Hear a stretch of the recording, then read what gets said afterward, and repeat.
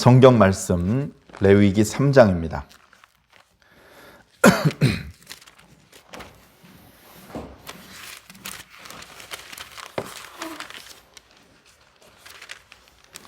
레위기 3장 1절부터 끝절 17절까지 말씀을 저와 여러분이 한 절씩 나누어서 읽고 마지막 구절은 같이 읽겠습니다. 사람이 만일 화목제의 제물을 예물로 드려 소로 드리려면 수컷이나 암컷이나 흠 없는 것으로 여호와 앞에 드릴지니 그 예물의 머리에 안수하고 회막문에서 잡을 것이요 아론의 자손 제사장들은 그 피를 제단 사방에 뿌릴 것이며 그는 또 그 화목제의 제물 중에서 여호와께 화제를 드릴지니 곧 내장에 덮인 기름과 내장에 붙은 모든 기름과 두 콩팥과 그 위의 기름 곧 허리 쪽에 있는 것과 간에 덮인 커플을 팥과 함께 떼어낼 것이요 아론의 자손은 그것을 제단 위에 불 위에 있는 나무 위에 번제물 위에서 살을 찌니 이는 화제라 여호와께 향기로운 냄새니라. 만일 여호와께 예물로 드리는 화목제 제물이 아니라면 수컷이나 암컷이나 흠 없는 것으로 드릴지며 만일 그의 예물로 드리는 것이 어린 양이면 그것을 여호와 앞으로 끌어다가 그 예물의 머리에 안수하고 회막 앞에서 잡을 것이요 아론의 자손은 그 피를 제단 사방에 뿌릴 것이며 그는 그 화목제의 제물 중에서 여호와께 화제를 드릴지니 그 기름 곧 미골에서 뺀 기름진 꼬리와 내장에 덮인 기름과 내장에 붙은 모든 기름과 두 콩팥과 그 위의 기름 곧 허리 쪽에 있는 것과 간에 덮인 커플을 콩팥과 함께 떼어낼 것이요 제사장은 그것을 제단 위에서 불사를 찌니 이는 화제로 여호와께 드리는 음식이니라. 만일 그의 예물이 영소면 그것을 여호와 앞으로 끌어다가 그것의 머리에 안수하고 회막 앞에서 잡을 것이요 아론의 자손은 그 피를 제단 사방에 뿌릴 것이며 그는 그 중에서 예물을 가져다가 여호와께 화제를 드릴지니 곧 내장에 덮인 기름과 내장에 붙은 모든 기름과 두 콩팥과 그 위의 기름 곧 허리 쪽에 있는 것과 간에 덮인 꺼풀을 콩팥과 함께 떼어낼 것이요 제사장은 그것을 제단 위에서 불사를 지니 이는 화제로 드리는 음식이요 향기로운 냄새라 모든 기름은 여호와의 것이니라. 다 같이 너희는 기름과 피를 먹지 말라 이는 너희의 모든 처소에서 너희 대대로 지킬 영원한 규례니라. 아멘. 아멘. 할렐루야. 좀 마지못해 하는 것 같아요. 좀 씩씩하게 가슴속 깊은 곳에서 정말 기쁨과 감사가 묻어있는 목소리로 할렐루야! 아멘! 됐습니다. 자, 오늘도 이게 또 어떻게 될지 모르겠습니다만 본격적으로 본문 말씀의 말씀을 드리기 전에 약간 여담처럼 오프닝 멘트를 좀 하도록 하겠습니다. 보니까요, 대형 교회 목사님들, 큰 교회, 많은 성도님들의 존경을 받고 있는 목사님들의 공통점은 설교가 짧다는 데 있습니다. 그래서 저희 교회가 빨리 성장하지 못하는 것 아닌가 그런 생각을 한번 해보았습니다.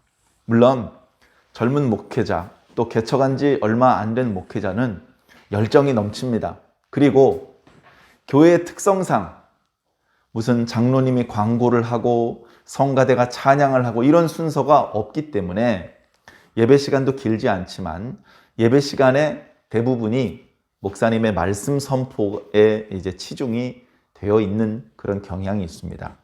자, 그런 걸 충분히 공감하더라도 너무 길면 여러 가지로 좀 안 좋은 면이 있겠죠. 그래서 계속해서 지금 노력하고 있습니다. 말도 너무 빨리 하지 않고 목소리도 너무 작거나 또는 너무 크게 하지 않고 그러면서도 그 시간에 필요한 하나님께서 하나님의 백성에게 전달해 주기 원하시는 영적인 양식은 충분히 공급할 수 있는 그런 말씀 선포가 되기 위해서 계속해서 기도하고 있고 노력하고 있으니 기도로 응원해 주시기를 부탁을 드립니다. 그래서 주일 예배 말씀도 지금 다소 긴데요. 그걸 조금씩이라도 줄여서 말씀을 듣는 분이 조금 더 부담을 느끼지 않을 수 있는 그런 말씀이 되도록 하겠습니다. 또 새벽 예배도 마찬가지고요. 지금은 3일 예배잖아요. 3일 낮 예배가 없으니까 굳이 저녁 예배라고 부르지 않고 그냥 3일 예배로 부릅니다. 수요일 날 예배를 드리니까 수요 예배다 이렇게 부르는 게 더 이렇게 좀 쉽게 와닿을 수도 있어요. 그렇게 표현하는 교회도 많이 있는데요. 저는 교회를 개척할 때 이 수요일 저녁에 드리는 예배의 명칭을 무엇으로 할까 잠깐 고민을 했습니다. 제가 어렸을 땐 3일 예배라고 한 적이 있었거든요. 그런데 수요 예배라고 하는 경우도 많고 이렇게 하면 하나님께서 기뻐하시고 저렇게 하시면 하나님께서 미워하시고 그런 건 아닌데 잠깐 고민을 해보았는데요. 저는 3일 예배로 부르기로 그렇게 결심을 했습니다. 이유는 3일 예배란 뜻은 주일을 지나고 세 번째 날이란 뜻이잖아요. 그러니까 내 인생의 전체가 주일이 기준이 된다는 의미가 있기 때문에 주일을 기준 삼는 삶을 살겠다. 그런 의미를 담아서 수요일에 드리니까 수요 예배라고 드리지 않고 3일 예배라고 우리 한국교회 과거의 전통 그것을 한번 이렇게 되살려 보기 위해서 그렇게 이름을 붙였습니다. 자, 지금 2021년도 이제 오늘 1월 세 번째 수요일인데요. 올해부터는 우리가 모세오경 중에서 레위기 말씀 묵상을 시작하고 있습니다. 레위기 말씀은 짐작했던 것처럼 여러분 짐작하셨습니까? 예. 짐작했던 것처럼 그렇게 재미가 없어요. 율법의 내용이 계속 이어지고 있습니다. 어떤 스토리, 어떤 인물이 나와서 어디로 갔고 누굴 만났고 뭐라고 말했고 이런 게 별로 없고요. 하나님께서 레위기 1장 1절을 설명드릴 때 말씀드렸던 것처럼 시내산과 달리 성막이 준비가 되어 있기 때문에 성막 안 지성소 속죄소 뒤편에서 하나님께서 모세를 부르셔서 성소에서 하나님께서 모세에게 제사의 규례를 전달해 주시는 그 모습입니다. 그 말씀은 이제 기록이 되어 있고요. 그래서 레위기 1장부터 7장은 이스라엘 민족이 하나님께 드리게 될 5가지 제사에 대해서 말씀해 주고 있습니다. 1장은 번제, 2장은 소제, 오늘 3장이니까 화목제 말씀이 되겠습니다. 그래서 어떻게 보면 우리는 제사장도 아니고 직업이 그런가 하면 구약의 이스라엘 민족도 아니고 우리가 현대적으로 무슨 과거의 이스라엘 민족들이 광야에서 어떤 제사를 하나님 앞에 드렸는지 재현을 해볼 수 있겠죠. 어떤 그 절박한 의미가 있는 것이 아니라 공부하는 차원에서 예전엔 이랬겠구나, 이게 쉬운 게 아니었겠구나, 그런 걸 좀 공감하기 위해서 재현해 볼 수는 있겠지만 큰 의미가 없어서 제가 알기로는 이것을 재현하는 경우는 거의 없습니다. 그래 말씀을 통해서 이것을 이제 우리가 묵상을 하는데 우리가 과거와 똑같은 방법으로 하나님께 제사를 드리기 위해서 이 본문을 읽고 이 본문의 말씀을 여러분들한테 말씀을 드리는 것이 아니고요. 역시 우리의 목표는 우리가 이 말씀을 읽고 이 말씀을 통해서 얻으려는 것은 결국은 뭐냐면 예수 그리스도입니다. 모든 구약 성경은 전부 다 예수 그리스도를 가리키고 있어요. 저는 그걸 몰랐어요. 처음에 교회 다닐 때 그거 몰랐습니다. 그리고 이 말씀 저 말씀 듣긴 했지만 그 말씀들이 이렇게 꿰어 맞춰지기 전에 따로따로 놀 때 그때는 뭐가 뭔지 솔직히 잘 잡히지 않았죠. 그러나 어느 순간 전혀 상관없었던 말씀들이 사실은 의미가 통한다는 것을 알게 되었고, 그리고 성경에서 역시나 예수 그리스도가 가장 중요하고 심지어 예수 그리스도가 오시기 몇백 년, 심지어 몇천 년 전부터도 예수 그리스도가 하실 일을 상징적으로 직간접적으로 묘사하고 있는 말씀들이 나타나고 있습니다. 우리는 예수님을 좋아합니다. 예수님께서 우리를 사랑하시고 우리를 구원해 주셨기 때문에 그렇습니다. 근데 예수님께서 우리를 위해서 해주신 일이 얼마나 크고 위대한 의미인지는 사실은 구약 성경, 오늘 읽었던 것처럼 레위기 말씀, 재미없는 말씀이지만 이런 말씀을 읽음으로써 예수님께서 우리를 위해 해주신 일이 더 입체적이고 더 상세하게 잘 드러나는 것입니다. 그런 의미에서 레위기 말씀을 묵상하는 것이니 널리 양해해 주시고, 자주 있는 기회는 아니니 이 말씀을 묵상하는 기회를 통해서 다시 한번 구약에 이제 모세오경이라고 하는 말씀이 어떤 말씀으로 구성되어 있고, 그것이 오늘 예수님을 믿는 우리 성도들에게는 어떤 의미가 있는지 정확하게 정립해 주시기를 부탁을 드립니다. 자, 오늘 이제 화목제인데요. 오늘은 제가 말씀을 준비하면서 오늘 이제 절수도 길지 않아요. 다음 주 4장은 좀 깁니다. 오늘은 말씀 분량도 길지 않아서 최대한 짧게, 아주 보란듯이 한번 짧게 끝내봐야지, 이런 생각도 한번 해보았는데요. 잘 집중해 주시기 바랍니다. 제가 이렇게 보니까 집중을 안 하고 있어요. 얼굴을 보니까 긴가민가 이해가 안 되는 표정을 하고 있으면 할 수 없이 설명했던 부분을 다시 설명하게 되는 것입니다. 그러다가 길어지는 수가 있으니 잘 집중해 주시기를 부탁을 드립니다. 화목제는요, 뒤에 제자가 있는 것처럼 제사입니다. 하나님 앞에 제사를 드리는 것이고, 그 앞에 화목이라는 말이 나온 것처럼 화목하게 하기 위한 제사입니다. 오늘 본문 말씀에는 그냥 화목제를 드리는 방법만 나와 있습니다. 정확하게는 화목제를 하나님 앞에 드리는 방법의 일부분만 나와 있어요. 그래서 일단 간략간략하게 설명을 먼저 하고, 뒷부분에 6장과 7장을 보면 앞부분에 간략하게 설명을 하면서 미처 다 설명하지 못하고 빠뜨렸던 부분을 보충해서 설명하는 부분이 있습니다.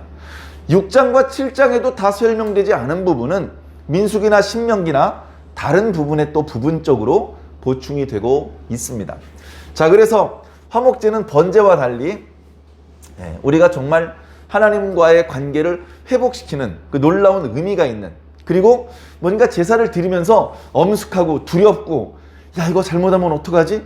이런 떨리는, 하나님께서 눈에 힘을 주고 이놈 자식들 조금만이라도 실수해봐라, 이렇게 바라보시는 눈빛이 아닌, 이미 상당히 하나님과 우리와의 관계가 회복되어 있는 그런 부드럽고 원만한 관계 속에서 드리는 제사. 그러니까 뭔가 두렵고 긴장감이 있고 이런 게 아니고, 뭔가 분위기가 밝아요. 뭔가 기쁨이 있고, 뭔가 즐거움이 있고, 무슨 축제가 있고, 노래를 불러도 장송곡 같은 노래가 깔리는 것이 아니고 막 어깨춤이 덩실덩실 출 수 있는 그런 흥겨운 음악이 어디선가 배경음악으로 깔릴 것 같은 그런 분위기 속에서 드리는 것이 화목 제사입니다. 자, 오늘 말씀에 나온 내용부터 먼저 간단하게 설명을 드릴게요. 화목 제사를 드릴 때 제물은 주로 소, 양, 그 다음에 염소를 예를 들었습니다. 왜 돼지는 없을까요? 그 지방에 돼지는 잘 못 길러요. 하나님께서 만약에 돼지를 제물로 바쳐라 그랬으면 돼지를 길렀겠죠. 그런데 돼지는 생각보다요 엄청 많이 먹습니다. 당시 이스라엘 백성들이 살던 지역은요, 돼지 밥을 제공할 정도로 이 농산물이 충분하지 않아요. 돼지를 길러서 하나님 앞에 바치기로 말했으면 큰일 날 뻔했습니다. 무수한 이스라엘 백성들이 굶어 죽을 뻔했습니다. 그렇게 하지 않으시고 돼지는 빼고 소, 양, 염소를 주로 했습니다. 지난번에 번제에 대한 말씀을 드릴 때는 소, 양이나 염소 또는 새가 나왔었거든요. 그래서 경제적으로 소나 양, 염소를 준비하기 어려운 백성들은 집비둘기나 산비둘기를 바쳐서 조금 저렴하게 그걸 바쳐서라도 하나님 앞에 번제를 드리고 싶으면 드리다, 이렇게 이제 말씀을 해주셨는데, 화목제의 규례는 새가 없어요. 왜 새가 없죠? 이 화목제의 규례는 특별한 제사기 때문에 그렇습니다. 화목제는 왜냐하면 번제, 그리고 소제, 그리고 속죄제와 속건제, 이 네 개의 제사는요, 제물을 끌고 온 백성들이 가져가는 게 없어요. 번제는 다 태우는 거고요, 소제나 속죄제, 속건제 중에서는 하나님의 규례에 따라서 일정 부분 제사장이 가져가는 몫이 있어요. 가져간다고 해서 이렇게 신문지에 싸가지고 집으로는 못 가져가요. 그 물건은 하나님께 한번 바쳐졌다가 제사장이 하나님께로부터 받은 것이기 때문에 지극히 거룩한 것이고 다른 용도로 사용되면 안 되는 것입니다. 그래서 오직 제사장만 먹을 수 있고, 제사장도 다른 장소가 아닌 거룩한 곳에서만 먹을 수 있었어요. 그래서 보통은 성소 안에서 먹었습니다. 성소의 지도를 뭐 여러 번 이제 그랬었지만, 자, 이쪽에 이제 입구가 있고요. 그 다음에 이제 건물이 이쪽에 있죠. 성막이 이렇게 있고, 이제 여기가 지성소, 여기가 이제 성소고요. 여기 이제 제단이 있습니다. 제단이 이제 높으니까요. 제단 위로 올라가기 위해서 계단은 아니고 이렇게 경사로가 이렇게 있어요. 그 여기 물두멍이 있고요. 자, 그래서 백성들이 짐승을 끌고 하나님 앞에 제사를 드리기 위해서 이렇게 오면 이쪽으로 갑니다. 왜냐하면 여기서 짐승을 도살을 해요. 그리고 하나님 앞에 바칠 것은 여기 번제단에다 바칩니다. 불태우는 화제의 방법으로 하나님 앞에 바칩니다. 하나님의 몫은. 그런데 사람의 몫이 있잖아요. 제사장의 몫이거나 특별히 화목제는 제사장이 아닌 제물을 끌고 온 사람과 그 일행들이 그 제사 음식을 다시 돌려받아서 같이 식사를 할 수 있었어요. 그러니까 축제가 되는 거죠. 그래서 주로 그런 식사는 이 제단 북쪽에서는 도사를 주로 많이 하고, 여긴 피냄새가 나고 이런 곳이기 때문에 주로 이쪽에서 제단 남쪽에서 식사를 주로 했어요. 여기도 성막들 아니기 때문에 거룩한 곳이죠. 여기서 식사를 끝내고 이제 집에 가는 겁니다. 자, 이런 식으로 이제 작업이 진행이 되는데, 자, 어떤 순서로 진행이 됩니까? 번제하고 상당히 비슷해요. 먼저는요, 구별을 해야 돼요. 구별. 옛날에 번제 때도요, 제물을 바치려는 사람이 어떤 제물을 바칠 것인지 잘 골라야 됩니다. 흠이 있으면 돼요, 안 돼요? 안 됩니다. 암컷은 돼요, 안 돼요? 안 됩니다. 수컷이어야만 했어요, 번제에는. 근데 화목제는 소, 양, 염소 모두 암컷도 되고 수컷도 됩니다. 흠만 없으면 되는 것이죠. 흠이 없는 것으로 잘 골라서 구별을 해서 하나님 앞에 가지고 옵니다. 그러면 제사장이 이제 안내를 해주겠죠. 레위인이 도와줄 것이고요. 그래서 이쪽 편으로 인도를 해서 먼저 뭘 하냐면요, 안수를 해야 됩니다. 이 안수는 여러 제사에 나타나고 있는데요, 번제에도 있었어요. 자, 화목제의 경우도 번제와 거의 똑같습니다. 안수를 합니다. 다시 말해서 자기가 잡아온 짐승 아직 살아있을 때 잘 옆에서 붙들어 놓고 그 짐승을 끌고 온 하나님 앞에 제사를 드리려는 사람이 그 짐승의 머리에 손을 얹고 안수를 합니다. 그 구체적인 자세, 안수를 할 때 어떤 기도문을 읊는 것인지 제사장이나 레위 사람들이 어떻게 돕는 것인지 그것까지는 아직 모르겠어요. 그러나 안수를 했다는 것은 손을 머리에 얹는다는 것인데, 그것이 가져오는 상징적인 의미가 있습니다. 첫 번째는 짐승이고 난 사람이고 전혀 다른 존재였는데, 그렇게 맛 닿는 순간에 둘이 하나로 연합되는 겁니다. 그리고 그렇게 연합된 상태에서 하나님께 제사를 드리려는 사람의 죄가 그 짐승에게 전가가 되는 것이죠. 그렇게 인간의 죄를 짐승에게 전가시키는 안수의 과정이 꼭 들어가더라고요. 자, 그렇게 들어가고 세 번째는요, 도살을 합니다. 도살은 누가 하죠? 아, 도살 전문가는 제사장이니까 제사장이 하나요? 레위 사람이 하나요? 짐승을 끌고 온 본인이 직접 그 짐승을 죽이는 겁니다. 짐승 죽이는 게 쉽지 않아요. 그래서 그 짐승의 발버둥 치고 소리를 지르고 튀기는 피, 그런 끔찍한 것을 직접 다 경험을 하게 됩니다. 그러면서 마음속으로 느끼는 것이죠. 죄의 형벌은 죽음이구나. 피를 흘리면서 죽어야 되는구나. 그 죽음은 두려운 것이고 고통스러운 것이고 이렇게 무서운 것이구나. 사실은 내가 조금 전에 이 짐승에게 죄를 전가시키지 않았더라면, 죄가 아직 내 속에 있었다면 내가 저렇게 죽었어야 되는데, 참 다행히 하나님께서 이 제사의 방법을 허락해 주셔서 내 죄를 저 짐승한테 다 전가시키고 저 짐승이 나를 대신해서 죽고 나는 평안히 하나님과 원만한 관계가 다시 회복될 수 있는 거구나. 그런 것들을 이제 직접 도살을 하면서 느끼게 하는 것이죠. 도살을 할 때 옆에서 제사장들이 돕습니다. 특별히 그 짐승의 피가 쏟아져 나올 때 그것을 담는 그릇이 있습니다. 그러면 그 그릇에 피를 담아가지고 제사장들이 피를 뿌립니다. 피를 뿌리는데 어디 뿌리냐면 제단 사면에 뿌립니다.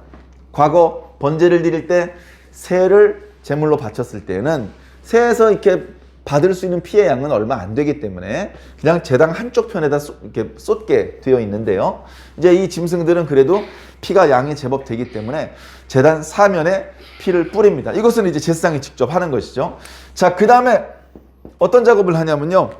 그렇게 죽임을 당해서 피를 받아서 제단에 뿌린 이후에 그 죽은 짐승을 이렇게 분해를 합니다. 분해를 해서 그 중에 기름을 걷어냅니다. 기름. 오늘 말씀해 보면 복잡하게 막 내장을 덮고 있는 거, 내장 사이사이에 끼어 있는 거, 간을 덮고 있는 거, 콩팥을 띄고 뭐 이런 복잡한 표현으로 설명되어 있어요. 근데 우리가 자세하게 몰라도 우리가 말씀을 읽으면서 소나 양이나 염소나 다 비슷하네? 그런 생각을 해볼 수 있을 것입니다. 왜냐하면 소나 양이나 염소나 다 내장이 있죠. 거기에 기름이 여기저기 끼어 있죠. 그 다음에 간 없는 거 있습니까? 콩팥 없는 거 있습니까? 다 비슷비슷해요. 그러니까 이것들을 떼어내는 이유는요, 기름을 떼어내기 위해서 그래요. 기름을 떼어내기 위해서. 기름이 아닌 부분도 같이 딸려 나오는 겁니다. 그죠?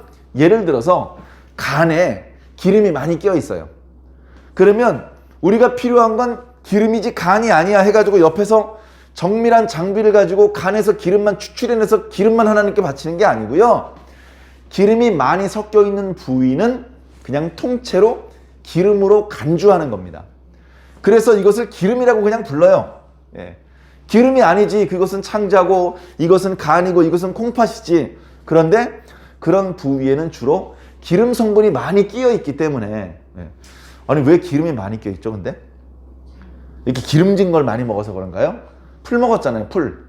기름기 하나 없는 풀만 뜯어 먹었는데 왜 이렇게 기름이 많이 꼈어요? 예. 풀 먹으면은 이렇게 다이어트가 되는 줄 아는데요. 소가 풀만 먹어도 700kg, 800kg입니다.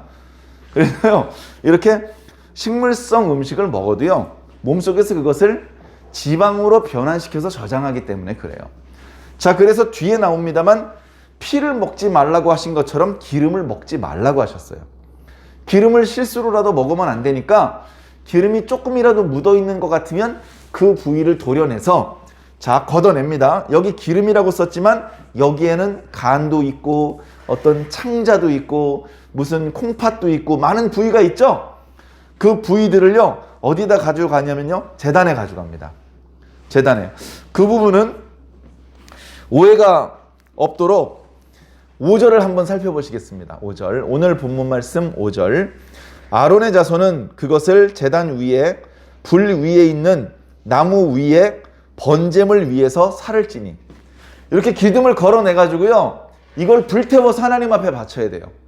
자, 하나님은 사람과 똑같지 않아요. 사람처럼 이렇게 끓여가지고 뭐 이렇게 소금 간을 치고 후추를 뿌리고 이렇게 해서 요리를 해서 하나님 앞에 드리는 게 아니에요. 우리가 하나님 앞에 바친다고 했을 때는 불태우는 방법으로 바치는 거예요. 그래서 전에 하나님 앞에 바치는 방법에 대해서 전제, 거제, 요제, 화제에 대한 말씀을 드렸어요. 불을 태워서 우리 눈에 보이는 것은 그 짐승의 일부분이 완전히 불타가지고 재로 변하는 거죠. 그리고 그 연기가 하늘로 올라가는 겁니다. 그것을 우리는 영 대신 하나님 앞에 이 제물을 바쳤다라고 생각을 하는 거예요. 하나님께서는 사실은 그 고기가 필요 없고요, 그 냄새가 별로 하나님께서 바라시던 게 아니에요. 하나님께서 원하시는 건 겸손하고 간절한 마음으로 하나님 앞에 제사를 드리는 그 사람의 마음을 하나님께서 원하시는. 그래서 그 사람의 마음이 진정성 있는 참된 회개, 참된 감사라면 하나님께서 그가 가져온 제물을 기쁨으로 받아주시는 거예요. 그래서 그것을 향기나는 냄새다라고 표현하는 거, 하나님께서 받아주셨기 때문에. 그래, 이 화목제의 경우는 번제처럼 통째로 다 태워버리는 것이 아니고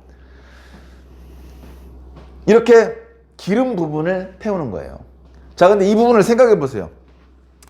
거기에 뭐 피도 좀 엉겨 있지, 막 물컹물컹하지, 막 흥건하게 젖어 있을 거 아니에요. 피나 물이나 기름기 같은 걸로. 이게 불에 타겠습니까? 어설픈 불에다가 그걸 올려놓으면 불 꺼져요. 그죠? 그런데 제단 위에, 제단을 보면 나무로 만들어서 쇠로 코팅했기 때문에 타진 않죠? 그리고 그 중간에 노수로 철망을 쳤어요. 논망이지, 논망. 그래서 거기에 나무를 놓고 거기에 제물을 올려놓으면 그 나무가 뜨겁게 타오르는 그 열기에 그 위에 짐승 위에 사체를 올려놓으면 그게 타서 이게 번제로 하나님 앞에 바쳐지는, 밑에가 터져 있기 때문에 순환이 돼가지고 그 제물이 잘 타는, 그런 구조로 만들어 있는 게 바로 이 중앙의 제단인데, 그 제단이라고 할지라도 이렇게 막 기름이랑 피가 뚝뚝뚝 떨어져 있는 내장이나 이런 것들을 올려놓으면요 잘 안 타요. 안 타는데 뭐라고 말씀하셨냐면, 아론의 자손은 5절, 그것을 제단 위에 불 위에 있는 나무 위에 번제물 위에서 살을 찌니 라고 말하고 있어요. 그러니까 무슨 말이냐면 여기 이미 번제물이 타고 있어요. 이미 이 화목제를 드리기 전에 앞서서 번제를 드린단 말이에요. 번제. 자, 이건 이제 다른 말씀이 나와 있는데요. 화목제를 드리기에 앞서서 보통 속죄제를 먼저 드립니다. 속죄제를 먼저 드리고 그 다음에 번제를 드리고 그 다음에 화목제를 드리는 거예요. 속죄제의 의미는 전에 말씀드렸죠? 죄의 용서입니다. 번제는 뭡니까? 주여 용서해 주셔서 감사합니다. 이제 제가 남은 인생을 하나님을 위해서 헌신하겠습니다. 헌신의 결단이죠. 화목제는 뭡니까? 주여 저의 헌신을 받아주셔서 감사합니다. 이런 의미들을 담고 있는 거예요. 그래서 그냥 앞부분의 제사를 생략한 채 화목제를 드리려면 기름을 태울 수가 없어. 그러니까 어떡합니까? 조금 전에 화목제를 드리기 전에 드렸던 번제의 제물이 아직 안 타고 지금 타고 있어요. 그 번제물, 그러니까 기름이건 고기든 가죽이건 그냥 다 통째로 태우는 그 번제물 위에 내장을 올려놓아서 이 두 제물이 만나서 같이 타는 거예요. 지금 소를 제물로 바치는 경우에 대해서 5절에 자세히 설명해 놓으셨는데, 양이나 염소를 제물로 할 때는 5절처럼 자세하게 설명하지 않고 있기 때문에 우리는 5절을 통해서 양과 염소도 비슷하게 먼저 올렸던 번제물의 제물이 타고 있는 곳 위에 지금 방금 잡은 화목제 제물의 기름, 그 부분을 그 위에 올려놓아서 같이 태우는 거겠구나 라고 아시면 될 것 같습니다. 자, 그런데 오늘 본문 말씀 여기까지만 나와 있어요. 더 안 나와 있어요. 그죠? 17절로 끝나잖아요. 자, 그런데 이제 이 뒤에 어떻게 되냐면 이 나머지 부분, 나머지 피도 뿌렸죠? 기름도 뿌렸죠? 그 나머지 부분을 이제 어떻게 할 것이냐. 그 나머지 부분은요, 제사장의 몫이 있고 백성의 몫이 있습니다. 백성은 이 제물을 끌고 온 사람이죠. 자, 그래서 제사장의 몫은 보통 가슴 부위하고 뒤쪽 넓적다리 중에 하나예요. 그것이 제사장의 몫입니다. 그러면 그 부위를 잘라가지고요, 거제나 요제로 하나님 앞에 드려요. 거제는 그 제물에 잘린 부위를 들고 높이 번쩍 드는 것이고요, 요제는 주로 좌우로 흔드는 것이라고 말씀드렸어요. 이 동작을 함으로, 이 동작의 방법으로 하나님 앞에 바친 것은 하나님께 먼저 바쳐지고 다시 제사장이 하나님께로부터 받은 거예요. 그래서 조금 전에 이 거제나 요제로 하나님 앞에 바치기 전의 상태와 달리 그 제사를 드린 이후에는 이 물건은 거룩한 것이 돼요. 그래서 일반적인 백성들에게 뭐 이렇게 가지고 나가거나 일반 백성들이 먹거나 할 수가 없어요. 오직 지극히 거룩한 물건이기 때문에 지극히 거룩한 곳에서 지극히 거룩한 제사장들만 먹을 수 있는 음식이 되는 거예요. 그렇게 하고 나머지 부분이 있겠죠. 그죠? 이런 기름, 피, 그리고 제사장이 가져간 일부 부위 말고 더 훨씬 더 많은 부분이 있을 거 아니에요. 그거는 백성들한테 돌려줍니다. 백성들한테. 예를 들면요, 제가 하나님 앞에 화목제를 드리려고 해요. 그래서 번제를 먼저 드리고 화목제 제물을 하나님 앞에 바쳐요. 그러면 기름을 태우고 피를 뿌리고 그리고 제사장의 몫으로 가져가요. 그리고 그 나머지 몫이 저에게 돌아오는 거예요. 그러면 저와 함께 제사를 드리러 갔던 우리 가족들, 내 친구들, 그 모든 사람하고 이 자리에서 나누어서 먹는 거예요. 그래서 화목제예요. 우리를 구원해 주신 것에 대해서 감사합니다. 우리의 제사를 받아주셔서 감사합니다. 그죠? 이제 뒤에 보면요, 왜 화목제 제사를 드리려고 하는지 동기가 있을 거 아니에요. 그 동기에 따라서 여러 가지 이름으로 불리워요.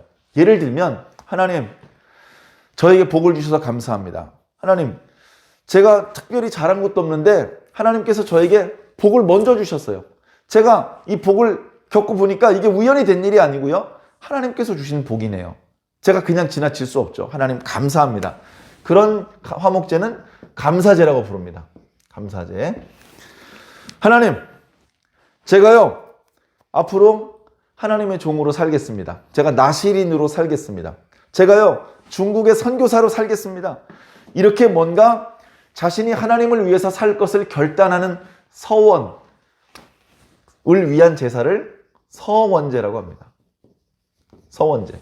그래서 하나님 앞에 서원을 하는 제사, 또는 그 서원을 다 이룰 수 있어서 그 서원을 마무리하는 제사로서의 서원제. 그 다음에 그냥 가슴속 깊은 곳에서 특별히 복받은 것도 없지만 영적으로 복을 누리는 것이 막 성령의 감동을 따라 절감돼가지고 견딜 수가 없어서 스스로 원해서 드리는 자원제. 자, 그리고 자주 있는 일은 아니지만 큰 건물을 지었어요. 예를 들면 성전을 지었어. 그러면 그런 큰 건물을 짓고 기쁘잖아요. 감사하잖아요. 그래서 낙성제.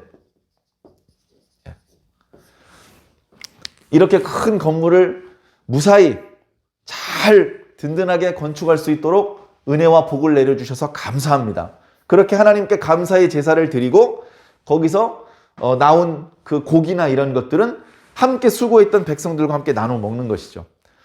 그래서 화목제를 드리면 사람들과 하나님과의 관계도 화목됩니다.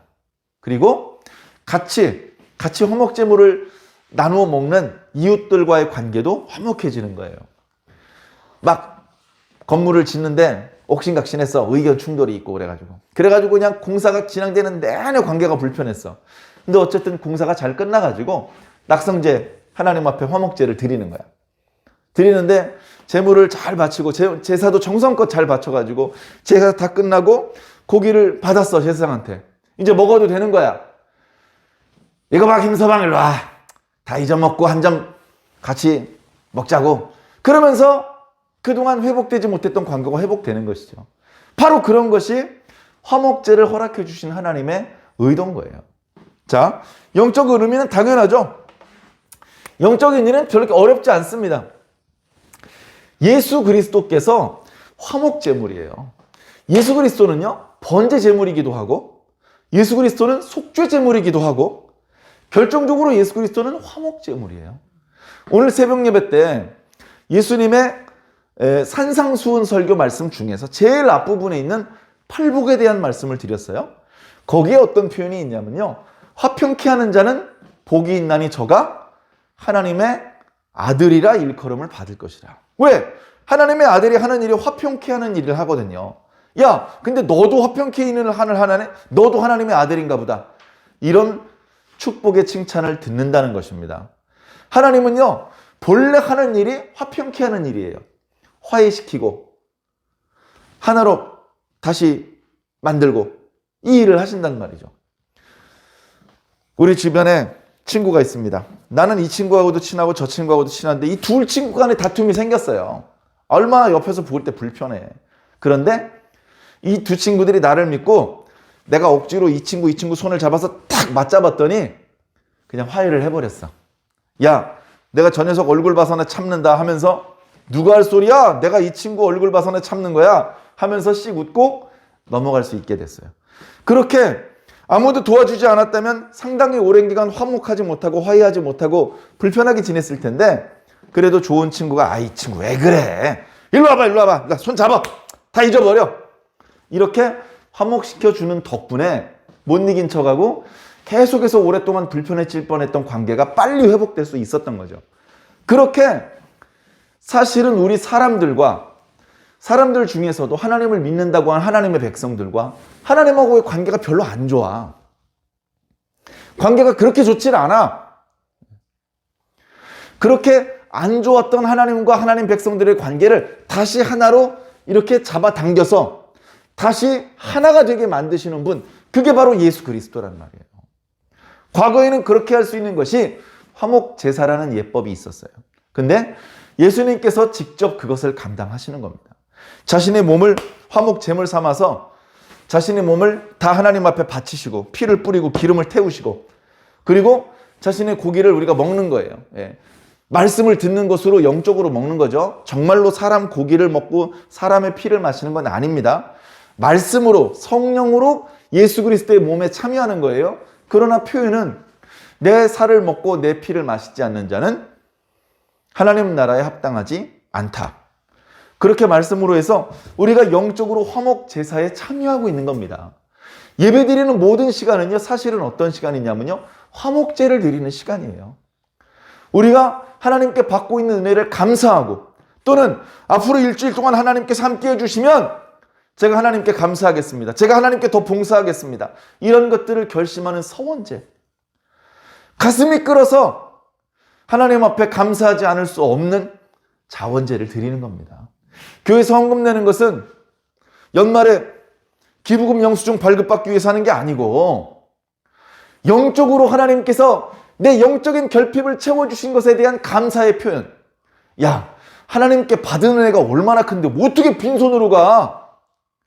야, 지난주에는 가진 게 없어가지고 그냥 지갑에 있는 거 탈탈 털어드렸는데, 이번 주에는 미리 준비를 해서 제대로 하나님을 향한 나의 사랑과 감사를 표현해야지. 그렇게 마음을 다해서 하나님 앞에 드리는 헌금, 그 모든 것들이 구약의 레위기 3장에 말씀하고 있는 화목제의 신약적인 모습인 것입니다. 자, 우리는요, 그래서 하나님 앞에 자주 화목제를 드려야 돼요. 자주 화목제를 드려야 됩니다. 다시 말해서 우리가 드리는 모든 예배가 화목제가 되어야 됩니다. 화목제. 근데 여기 이렇게 써놓은 거 보이세요? 화목제를 드리기 전에 반드시 번제를 먼저 드려야 돼요.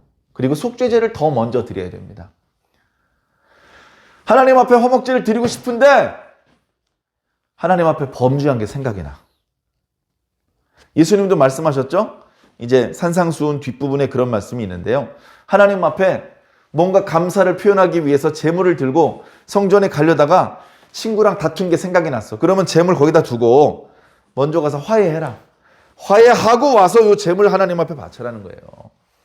이 앞부분에 죄의 문제가 해결되지 않은 상태에선 어떻게 화목을 말할 수 있느냐. 심지어 화목제물도 피를 뿌리는데, 화목제물조차도 피 뿌리는 것이 그 제사의 핵심인데, 어찌 죄의 문제가 해결이 되지 않은 상태에서 화목제만 딸랑 드릴 수 있느냐 이거예요. 자, 그래서 저는 이렇게 말씀드리고 싶습니다. 사랑하는 완주 중앙교회 모든 성도 여러분, 우리는 영적으로 건강한 상태에 이어야 합니다. 조금 아픈 상태였다가 좀 건강한 상태였다가 왔다 갔다 하죠. 신앙이라는 것은 우리가 똑같은 상태가 계속 지속되기는 어려울 겁니다. 그러나 우리는 최선을 다해서 건강한 상태에 이어야 합니다. 아픈 상태가 오더라도 잠깐 아팠다가 얼른 떨쳐 일어나서 계속 건강한 상태를 보내야 됩니다. 1년이 12달이면요. 6달은 아픈 상태, 6달은 건강한 상태, 이게 아니고요. 한 사나흘 아프고 나머지 360일은 건강하셔야 된다는 말입니다. 다시 말해서 그 건강한 상태인 360일은 하나님 앞에 곧바로 화목제를 드릴 수 있는 상태입니다. 하나님 앞에 곧바로 화목제를 드릴 수 있는 건강한 상태. 우린 계속해서 그런 건강한 상태에 이어야 합니다. 생각해 보세요. 어려운 일이 생겼어요. 쉽게 말씀드리면 돈이 필요한 일이 생겼다고 생각합시다. 돈이 필요해요. 어디도 돈을 구할 데가 없어. 그래서 할 수 없이 시골에 계신 부모님한테 찾아왔습니다. 별로 부모님이랑 그렇게 사이가 안 좋은데 돈이 필요하니까 어떻게 해요? 쭈뼛쭈뼛 가가지고 들어가서 아버지 앞에 무릎을 꿇습니다. 아버지한테 무릎을 꿇어놓고 뭔가 얘기를 꺼내야 되잖아요. 아버지가 뭐 할 얘기 있냐? 이렇게 물어보니까 아들이 뭔가 얘기를 꺼내야 되는데, 아버지 돈 5천만 원 필요해요 라고 말하기에 앞서서 아버지 작년에 정말 죄송했어요, 이걸 먼저 해야 된다는 거예요. 저번에 저지른 엄청난 실수를 아직 사과도 안 하고 있는데 5천만 원 얘기가 어떻게 나오냔 말이에요. 5천만 원을 얻어야 돼요. 다른 데선 구할 데 없어요. 아버지는 그걸 주실 수 있어요. 그러려면 먼저 저번에 잘못한 것들에 대하여 용서를 빌어야 되는 거예요. 그 부분에 대해서 아버지가 야 임마 진작에 용서했어 임마 이렇게 넘겨주셔야 사실은 이런 일이 있어서 이번에 5천만 원이 다음 달까지 필요해요. 이 얘기가 끊을 수 있는 거예요. 만약에 아버지가 아직도 아들 내미가 지난번에 잘못한 것에 대해서 분이 안 풀리고 그 부분에 대해서 영 마음이 불편하고 이놈의 새끼 이거 어디 뭐라고 씨부리나 보자 이러고 있는데 거기다 대고 5천만 원 내놔 이러면요 멱살 잡힙니다. 예? 자신을 도와줄 수 있는 그분에게 멱살 잡히고요. 자신을 살려줄 수 있는 그분에게 버림받습니다. 그러면 안 되잖아요. 긴박하게 빨리 5천만 원을 얻어야 되는데 빨리 내 아들을 살려야 되고 지금 시간이 별로 없는 아주 어려운 문제를 빨리 해결해야 되는데 그 상태에서 속죄제부터 준비하고 있고 이게 언제 문제를 해결하냐고요.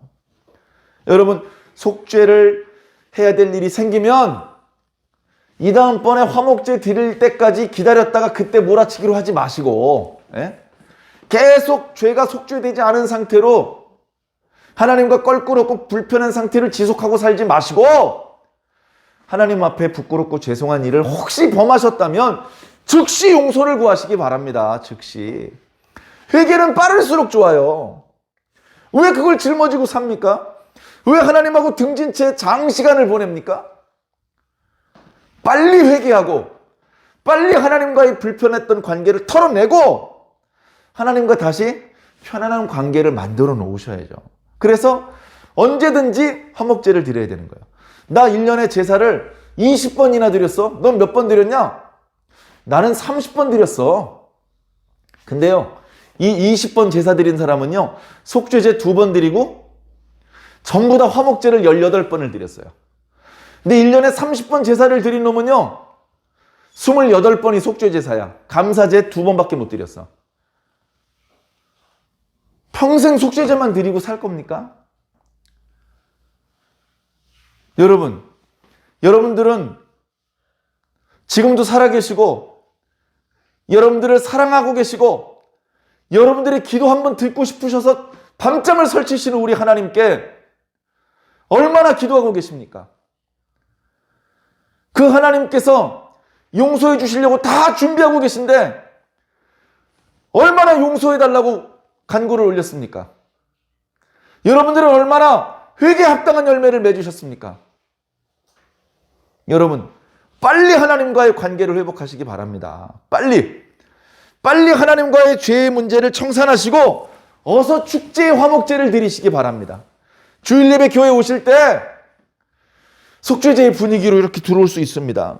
그게 해결이 안 됐으면 그거부터 해결해야 되겠죠. 그러나 가능하면 그거 빨리 해결하시고 우리 주일 예배 드릴 때마다 새벽 예배 드릴 때마다 3일 저녁 예배 드릴 때마다 축제의 화목제를 하나님 앞에 올려드릴 수 있는 저와 여러분들이 되면 얼마나 행복할 것이며 하나님께서 얼마나 기뻐하시겠습니까? 예수 그리스도 없이는 그게 불가능했을 것입니다. 그러나 예수 그리스도께서 문을 활짝 열어놓으셨기 때문에 우리만 용기를 내서 손을 내밀면 우리의 손이 부끄럽지 않게 주님께서 반드시 잡아주실 것입니다. 여러분 그냥 저 사람이 은혜 받을 때 도매금으로 묻어서 은혜 받으려고 하지 마시고요. 1대1로 여러분 한 사람 한 사람이 다 개인적으로 하나님을 만나시기 바랍니다. 그 하나님께 용서받으시고 그 하나님께 축복받으세요. 저한테 받는 게 아닙니다. 축복은 하나님께 직접 받는 겁니다.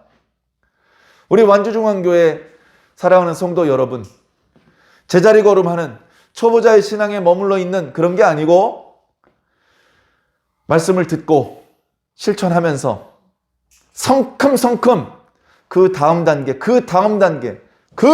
단계로 도약할 수 있는 신앙의 성장과 성숙을 반복하면서 날마다 하나님의 기쁨이 되시기를 주의 이름으로 간절히 축원합니다.